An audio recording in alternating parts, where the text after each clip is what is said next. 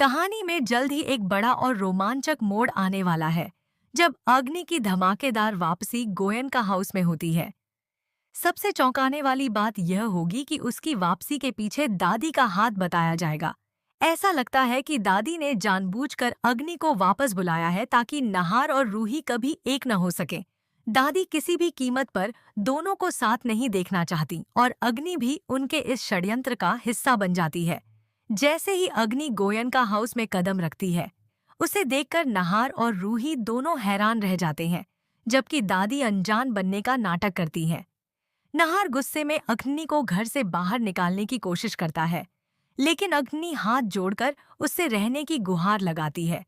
वह दावा करती है कि कुछ गुंडे उसके पीछे पड़े हैं और उसकी इज्जत खतरे में है। अपनी बात पर विश्वास दिलाने के लिए वह बेबसी का झूठा नाटक करती है ताकि किसी तरह उसे गोयन का हाउस में रहने की जगह मिल जाए।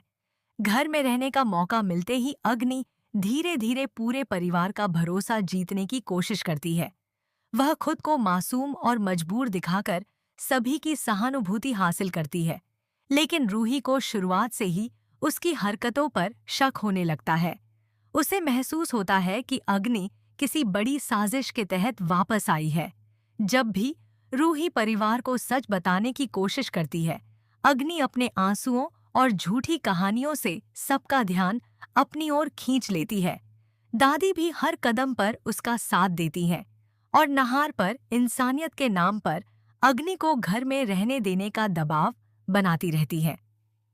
वहीं अग्नि का असली मकसद सिर्फ घर में रहना नहीं बल्कि नहार और रूही के रिश्ते में दरार डालना होता है।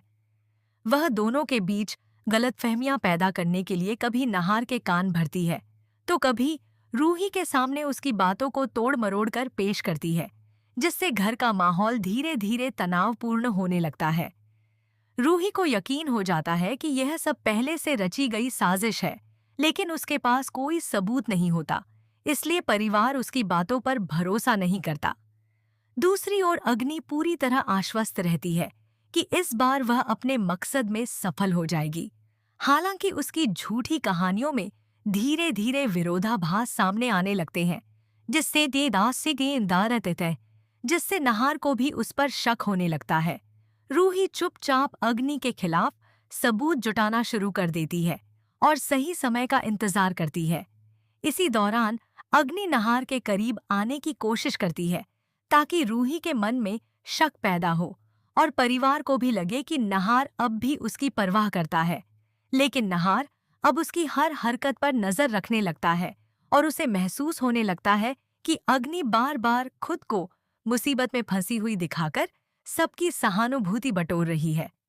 जैसे जैसे कहानी आगे बढ़ती है, अग्नि और दादी मिलकर ऐसा माहौल बनाते हैं कि हर छोटी बड़ी परेशानी का जिम्मेदार रूही को ठहराया जाए। परिवार के कुछ सदस्य भी अग्नि की मीठी बातों में आकर उसके पक्ष में खड़े होने लगते हैं, जिससे रूही खुद को अकेला महसूस करती है। इसके बावजूद वह हार नहीं मानती और अग्नि की हर चाल पर नजर रखती रहती है। इसी बीच नहार को अग्नि की एक संदिग्ध बातचीत सुनाई देती है, जिससे उसका शक और गहरा हो जाता है। दूसरी ओर रूही को अग्नि के कमरे से ऐसे सबूत मिलते हैं जिनसे साफ हो जाता है कि गुंडों द्वारा हमले की पूरी कहानी सिर्फ एक सोचा समझा नाटक थी। अब रूही तय करती है कि वह जल्दबाजी नहीं करेगी, बल्कि सही समय आने पर पूरे परिवार के सामने अग्नि का असली चेहरा उजागर करेगी। आखिरकार वह दिन भी आता है जब पूरे परिवार के सामने अग्नि की पोल खुलने लगती है। नहार जब उससे कुछ सवाल पूछता है तो वह घबरा जाती है और अपनी ही बातों में उलझने लगती है। उसकी झूठी कहानी बार बार बदलती है, जिससे सभी को उस पर शक होने लगता है। दादी उसे बचाने की पूरी कोशिश करती है, लेकिन इस बार हालात उनके हाथ से निकलने लगते हैं। वहीं रूही पूरे आत्मविश्वास के साथ अग्नि की साजिश का एक एक सच सबके सामने रख देती है। यह देखकर नहार को एहसास होता है कि उसने रूही पर शक करके बहुत बड़ी गलती की थी। वह रूही का साथ देने का फैसला करता है और अग्नि को साफ शब्दों में चेतावनी देता है कि अब उसकी कोई भी चाल सफल नहीं होगी।